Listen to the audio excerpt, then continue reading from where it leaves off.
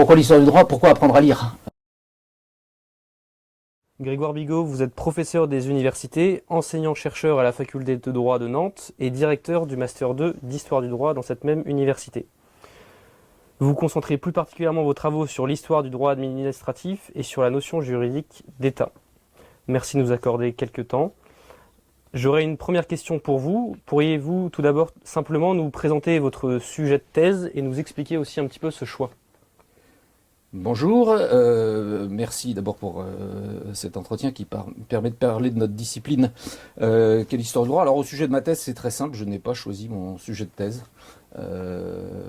Et tant mieux, c'est mon directeur de thèse qui me l'a suggéré. Et c'est la chance d'avoir un directeur de thèse, parce que moi je n'avais pas beaucoup de connaissances. Et c'était François Burdeau qui venait d'écrire son histoire du droit administratif.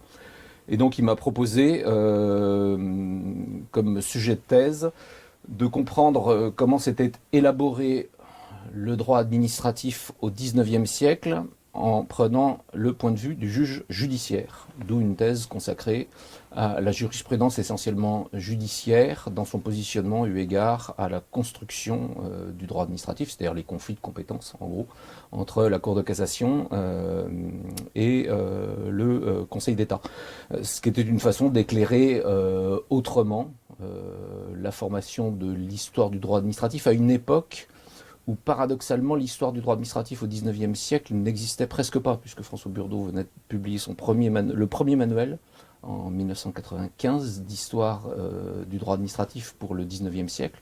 Cette histoire du droit administratif, elle existait pour l'Ancien Régime.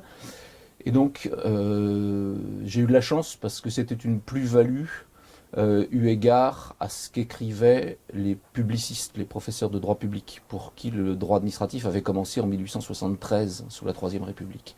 Et c'est une façon de réécrire autrement le droit administratif, et donc de remettre en cause certaines incertitudes qui étaient enseignées au sujet du droit administratif. Voilà. Est-ce que vous avez continué dans ce domaine? Si oui et sinon pourquoi? Je me permets de préciser pourquoi cette question, puisqu'effectivement on entend souvent différents échos ou différents profils types, j'ai envie de dire, d'enseignants, ceux qui ne lâchent pas leur sujet de thèse, qui le poursuivent sous différents angles, et ceux qui tournent, pour ainsi dire, complètement la page une fois la thèse soutenue. Alors moi dans mon cas, j'ai pas tourné la page et en même temps j'ai voulu me défaire et me détacher de ma thèse, qui est un exercice de jeunesse. J'ai tiré un fil, alors ça tient aussi à des rencontres, des circonstances et des hasards. On m'a proposé très vite de rédiger moi-même un manuel d'histoire du droit administratif, donc ça m'a permis de sortir de ma thèse qui était relative aux problèmes de compétences pour essayer d'écrire toute une histoire du droit administratif, ce qui n'était pas facile puisqu'il fallait se plonger dans toute la jurisprudence et toute la doctrine qui était très mal connue à l'époque du 19e siècle. Ça a été une première étape. Et puis après, je me suis dit, mais j'écris sur le droit administratif, j'ai une approche très technique en fait et surtout trop contentieuse du droit administratif. Et surtout, je ne connais pas l'arrière-plan. Qu'est l'administration et l'État, précisément. Et donc après, je me suis plongé dans 10 ans de labeur, qui était d'essayer d'écrire une histoire de l'administration, car paradoxalement, il n'existait plus d'histoire de l'administration.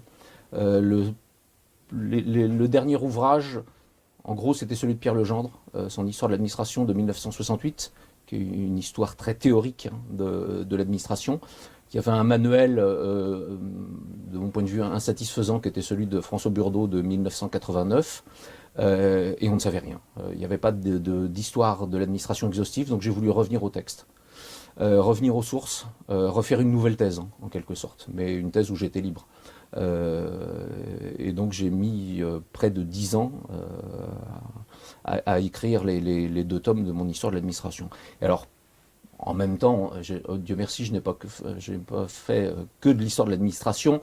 On est sollicité pour des colloques, on est sollicité par des collègues pour des revues. Donc j'ai écrit beaucoup d'articles et je me suis aussi intéressé, alors d'abord à la question de la Révolution française, parce que m'a toujours fasciné, évidemment, comme historien du droit, le rapport du droit au temps et à l'histoire, les continuités et les ruptures. Or, la Révolution française présente quand même l'exception d'avoir voulu rompre. Et j'ai notamment, je me suis intéressé, et je continue, et j'espère encore continuer à m'intéresser, à la révolution du droit privé.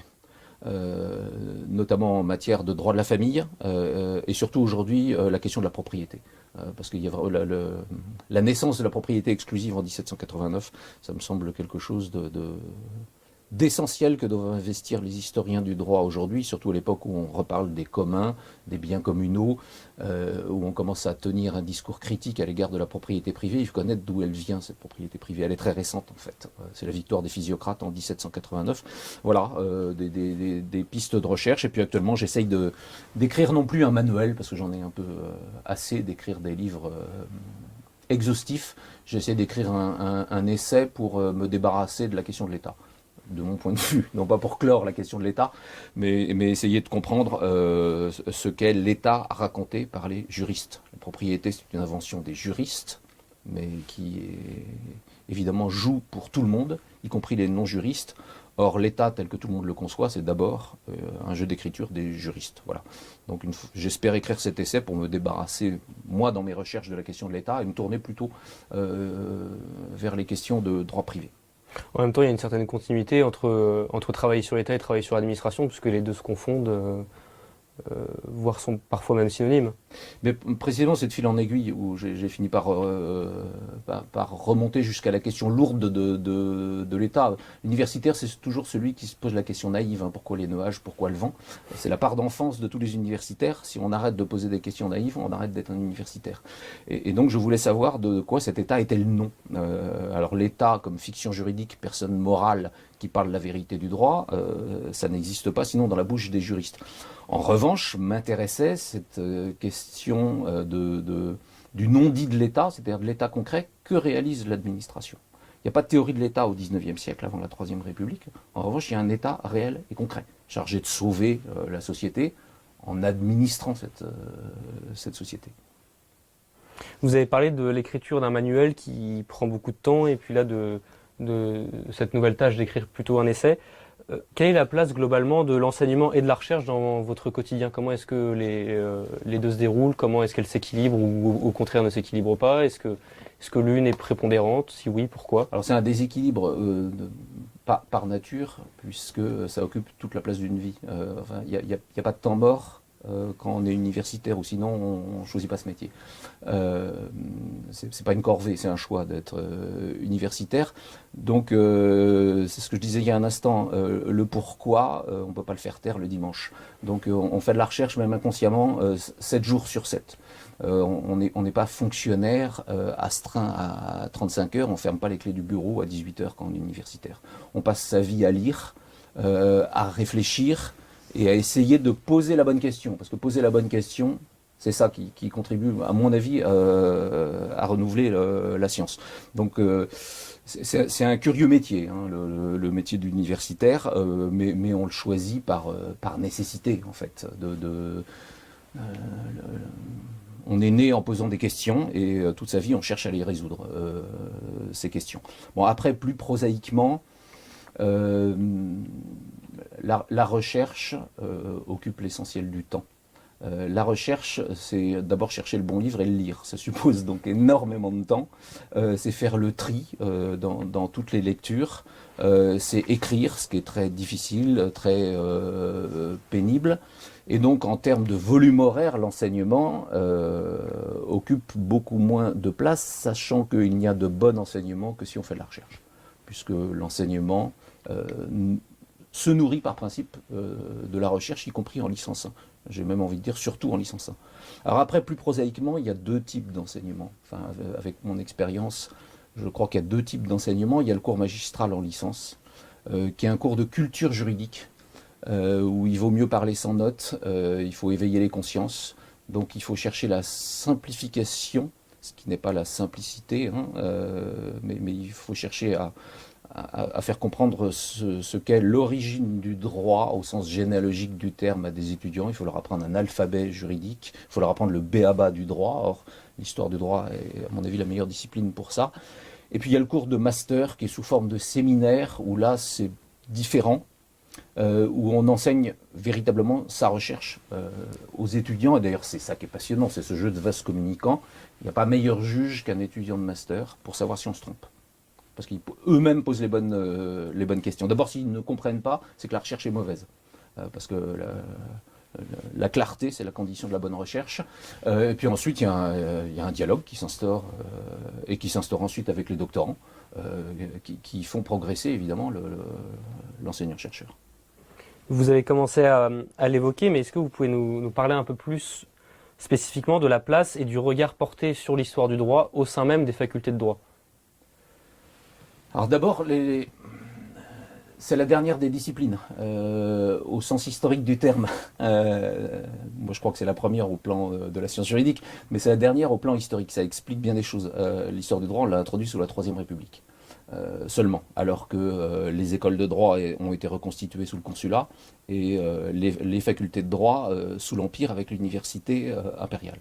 Donc l'histoire du droit a toujours été minoritaire en termes de volume horaire. Si on a introduit l'histoire du droit, si je reviens à son histoire, c'est parce que c'est pour prouver son utilité et sa pertinence au sein des études de droit. Si on a introduit l'histoire du droit, c'était sur le modèle allemand pour porter un regard critique sur la formation justement du droit. Le droit, ça n'est pas que la codification et la législation. Voilà. Il existe une histoire du droit autre. C'est notamment la formation coutumière, ce sont les changements politiques qui peuvent influencer la formation du droit. Voilà, l'utilité de l'histoire du droit, c'était celle-là, d'où le fait qu'on fasse une histoire des institutions, Moyen-Âge et Ancien Régime, comme cours fondamental, très longtemps, en première année. Bon, ça c'est du point de vue historique qu'a été l'histoire du droit, c'est un moment dans l'histoire de l'enseignement du droit. Alors maintenant, la place concrète qu'occupe aujourd'hui l'histoire du droit dans nos facultés de droit, ça dépend des facultés en fait. Il y a 56 facultés de droit, je crois, hein, de mémoire en France. Il y a des facultés où l'histoire du droit compte beaucoup, occupe une place importante. C'est le cas notamment des facultés historiques, notamment les facultés impériales. Ça a longtemps été le cas de Rennes, c'est le cas aujourd'hui de Nantes, où on enseigne beaucoup l'histoire du droit, mais il y a beaucoup de facultés de droit où l'histoire du droit est en souffrance, où les cours sont supprimés, où les postes de maître de conférence ou de professeur sont supprimés, parce que c'est un effet induit de la réforme des universités depuis 2007-2008, c'est-à-dire les Deloy et Leru et LPR, qui ont eu pour objet d'essayer de recentrer l'université sur une logique de marché, c'est-à-dire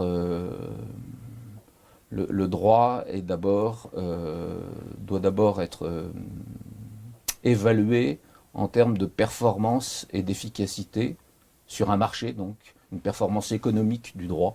Bon, le droit a toujours été performant économiquement, on ne forme pas vraiment des chômeurs à bac+5 dans nos universités, mais évidemment, la culture juridique et l'histoire du droit, qui peuvent ressembler à des actes gratuits, peuvent être mal vus par, non pas tellement le ministère, mais par certains collègues qui se convertissent à la religion de la performance dans les facultés de droit. Et du point de vue des étudiants, de votre expérience, notamment pour les étudiants de licence qui démarrent le droit, quelle est leur perception, selon vous, de l'histoire du droit? Est-ce que vous avez eu des échos d'étudiants qui vous disent que c'est bénéfique, ou au contraire, qu'ils ont trouvé ça rébarbatif ou peu utile? On a énormément de chance d'être historien du droit dans les facultés de droit, parce que les étudiants, non pas nous adorent, mais adorent la discipline. Et adorent toutes les matières d'histoire du droit. Pourquoi? Parce que c'est la respiration intellectuelle. Enfin, depuis des années, c'est ce que me disent toujours les étudiants. Lorsqu'ils font du droit de la famille en droit positif en première année, ils sont très heureux de faire de l'histoire du droit de la famille. Un des cours les plus agréables à dispenser en première année, c'est le cours d'histoire politique et constitutionnelle, parce que précisément, ils font du contentieux constitutionnel en droit positif. C'est une matière qui est aride, qui peut être difficile à comprendre, et donc la mise en perspective avec le cours d'histoire du droit fait qu'on a des étudiants qui sont extrêmement attentifs et qui nous suivent, parce qu'après les matières sont optionnelles souvent en histoire du droit, et on remplit sans aucun problème les amphithéâtres. Et la preuve, c'est qu'on a pu créer un master 1, un master 2 ici d'histoire du droit qui marche très bien.